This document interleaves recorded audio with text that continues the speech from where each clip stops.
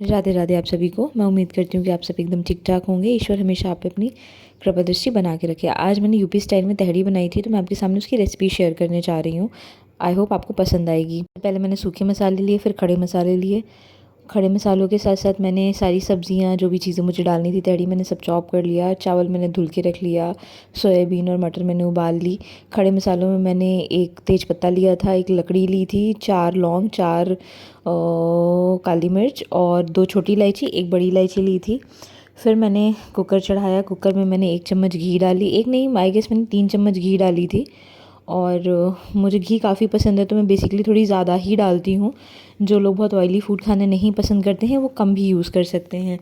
और मैंने मतलब लाइक मीडियम फ्लेम पे रखा था। इसके बाद मैंने सारे खड़े मसाले उसमें डाल दिए, जैसा कि आप देख सकते हैं। उन खड़े मसालों को मैंने 1 मिनट तक, एक नहीं 45 सेकेंड्स तक मैंने उसको पकने दिया था। और मैं उसको चलाती जा रही थी ताकि वो खड़े मसाले जले नहीं। इसके बाद फिर मैंने उसमें चॉप्ड प्याज डाले, जिन्हें मैंने खुद से ही छोटे छोटे काटे थे। मैंने चॉपर का यूज़ नहीं किया था, क्योंकि वो प्याज का टेस्ट जब पकने के बाद ट्रांसलूसेंट सा आता है तो वो मुझे बहुत अच्छा लगता है। तो मैंने प्याज डाले, उसको मैंने गोल्डन ब्राउन होने तक पकाया और वो पक रहा था। मिर्च हमेशा मैं प्याज डालने के बाद डालती हूँ, क्योंकि मिर्च को अगर पहले डाल दो तो वो काली पड़ जाती है। ऐसे मिर्च का कलर हरा हरा ही रहता है और वो खिली खिली सी ही रहती है। फिर मैंने उसको पकाया, मुझे लगता है 1 से 2 मिनट तक। उसके बाद से फिर मैंने उसमें टमाटर डाल दिया। और जब प्याज ट्रांसलूटेंट हल्का सा गोल्डन ब्राउन हो जाए तभी उसमें टमाटर डालना है। फिर मैंने उसको पकाया टमाटर को। और टमाटर जब भी मैं डालती हूँ तो मैं हमेशा उसमें नमक डाल देती हूँ पहले से ही।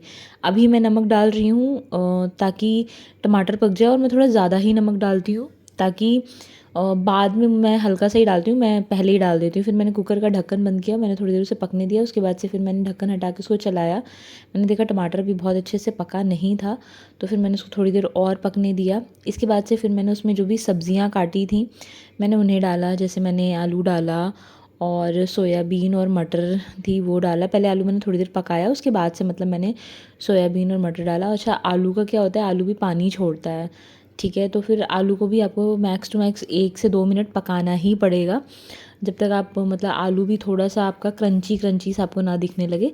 फिर मैंने उसमें सोयाबीन डाली, फिर मैंने उसमें मटर डाला। उसके बाद फिर मैंने उसको थोड़ी देर पकाया, क्योंकि वो थोड़ा सा सॉटे सा जब होने सा टेस्ट आने लगता है ना उसमें, तो वो काफ़ी अच्छा लगता है खाने में। फिर मैंने उसको थोड़ी देर पकाया, I guess 5 minutes, not more than that, 5 से 7 मिनट, उससे ज़्यादा नहीं।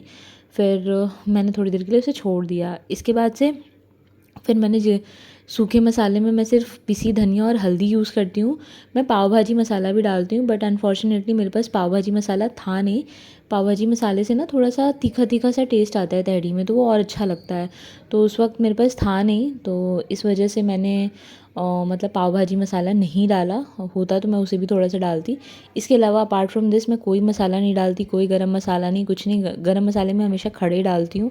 इसके बाद से फिर मैंने कुकर ढक दिया और 5 मिनट तक मतलब मैंने छोड़ दिया। 5 मिनट बाद जब सारे मसाले सब्ज़ी में मिल गए अच्छे से, फिर मैंने उसको थोड़ी देर चलाया। उसको थोड़ी देर चलाने के बाद से फिर मैं ना एक्चुअली एक हाथ में कैमरा पकड़ी थी, लेफ्ट हैंड से मैं उसे चलाने की कोशिश कर रही थी, तो मैं चला नहीं पा रही थी, तो मैंने कैमरा साइड में रखा। फिर मैंने उसको अच्छे से पूरा मिलाया। इसके बाद से फिर मैंने उसमें चावल डाल दिया। अच्छा हाँ, एक चीज़ और, चावल डालने के बाद आपको फ़ौरन से उसमें पानी नहीं डालना है। चावल को आपको थोड़ी देर के लिए उन सब्जियों में मिक्स करोगे, पहले आप अच्छे से मिक्स कर दोगे कि मतलब चावल का कलर येलो हो जाए, क्योंकि आप हल्दी पहले ही डाल चुके हो। उसको अच्छे से मिक्स करने के बाद उसको नॉर्मल मीडियम फ्लेम पे करके, मीडियम टू लोअर फ्लेम भी कर सकते हो, फ्लेम पे करके उसको थोड़ी देर मतलब चावल को विदाउट वाटर फ्राई होने देना है। देखो जैसे अब ये आ रहा ना, ये चिपकने लगा, इसका मतलब चावल थोड़ा सा भुन गया है। अब इसको चला के इसके बाद से फिर मैंने इसमें मतलब पानी डाला था। जैसे कुछ लोगों को एकदम जो है सूखी तहरी पसंद है, किसी को थोड़ी सी मतलब हल्की सी वो सूपी सी रहती है, वैसी तहरी पसंद है, खिचड़ी टाइप की। मुझे मतलब सूखी तहरी पसंद है, तो मैंने अपने टेस्ट के हिसाब से डाला। फिर मैंने पहले नमक डाला था, मैंने बाद में थोड़ा सा नमक और ऐड ऑन किया अकॉर्डिंग टू माई टेस्ट। मैं नमक थोड़ा कम खाती हूँ, तो मैंने अपने टेस्ट के हिसाब से उसमें नमक डाला था। फिर मैंने नींबू उसमें डाला आधा काट के। नींबू डालने से चावल आपस में चिपकते नहीं हैं, इसलिए मैं नींबू हमेशा डालती हूँ। मैं नॉर्मल भी अगर घर में कुछ मैं जीरा फ्राई या कुछ बनाती हूँ तो मैं नींबू डाल देती हूँ। नींबू डाला मैंने। इसके बाद नींबू को मैंने फिर अच्छे से मतलब उसमें मिक्स किया। एंड उसके बाद से फिर मैंने 1 से 1.5 चम्मच मतलब नींबू डाला होगा। फिर मैंने 1 से 1.5 चम्मच उसमें घी डाली। घी डालने के बाद फिर मैंने उसको फिर से चलाया। उसके बाद से उसको चलाया वलाया, इसके बाद से फिर मैंने मतलब अच्छे से मिक्स कर दिया। फिर मैंने कुकर के ढक्कन को बंद कर दिया। फिर मैंने फ्लेम को तेज़ कर दिया। पहली सीटी कुकर में जो आई वो तेज़ आंच पे आई।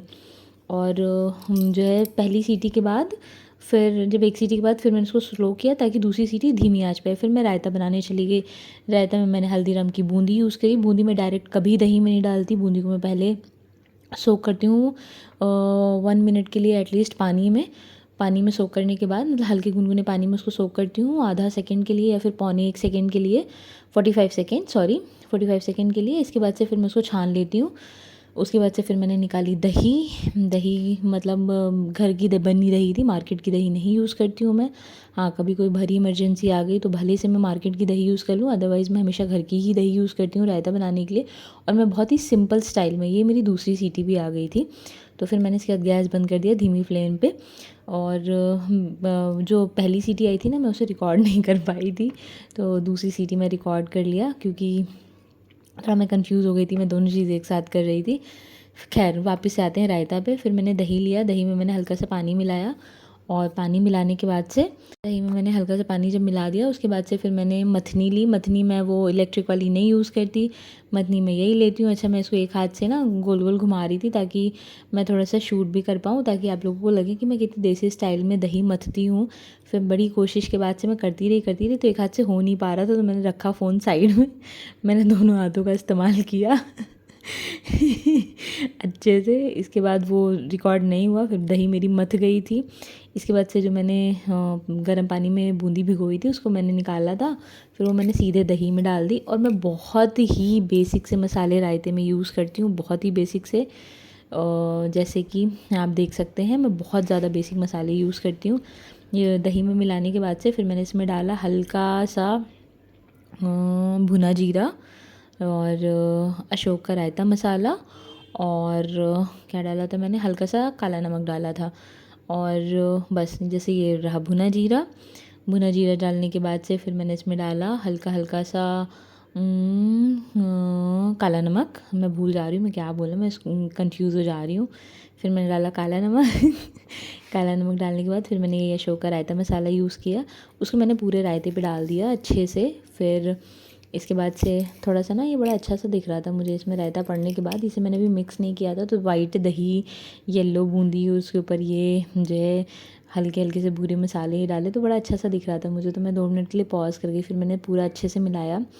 फिर मैं हमेशा रायता ना, मतलब मेरे हस्बैंड को थोड़ा मीठा रायता पसंद है, खट्टा मीठा सा, तो मैं जब उनका रायता निकालती हूँ उसमें हल्का सा आधा चम्मच चीनी डाल देती हूँ ताकि उनका रायता खट्टा मीठा रहे। Rest everybody use to have a normal raita, जैसे हम लोग नॉर्मल डेज़ में खाते हैं विदाउट चीनी वाला।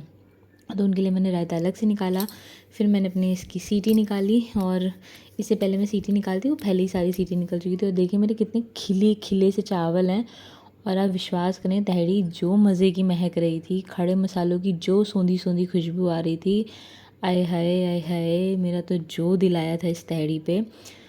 फिर मैंने बनाया पेरी पेरी प्याज। मैंने इसमें 2 छोटे साइज़ के प्याज लिए, उनके मैंने लच्छे निकाले, उसमें मैंने डाला नींबू, नींबू के बाद पेरी पेरी मसाला। फिर मैंने अपने पति की थाली निकाली, फिर मैं उन्हें गई देने के लिए, और वो खाने को देख के जो खुश हो रहे थे। एक्चुअली इसमें मैंने ना उनकी आवाज़ भी रिकॉर्ड की थी, उन्हें आइडिया नहीं था कि मैं कुछ रिकॉर्ड कर रही हूँ या मैं अपने चैनल पे डालूँगी। तो मैंने उन्हें दिया, तो उन्होंने खाया, और फर्स्ट बाइट लेने के बाद कहते हैं, बाबू आपने बहुत अच्छा बनाया है, बहुत टेस्टी है। फिर मैं आई, मैंने अपनी थाली निकाली, फिर मैंने खाया, एंड ट्रस्ट में it's very yummy. So thank you so much for watching my blog. अगर आपको मेरा ब्लॉग अच्छा लगे तो प्लीज़ मेरे चैनल को लाइक करिएगा, कमेंट करिएगा और सब्सक्राइब करिएगा। आपकी छोटा सा सपोर्ट मेरे लिए बहुत बड़ा माइलस्टोन होगा। Thank you so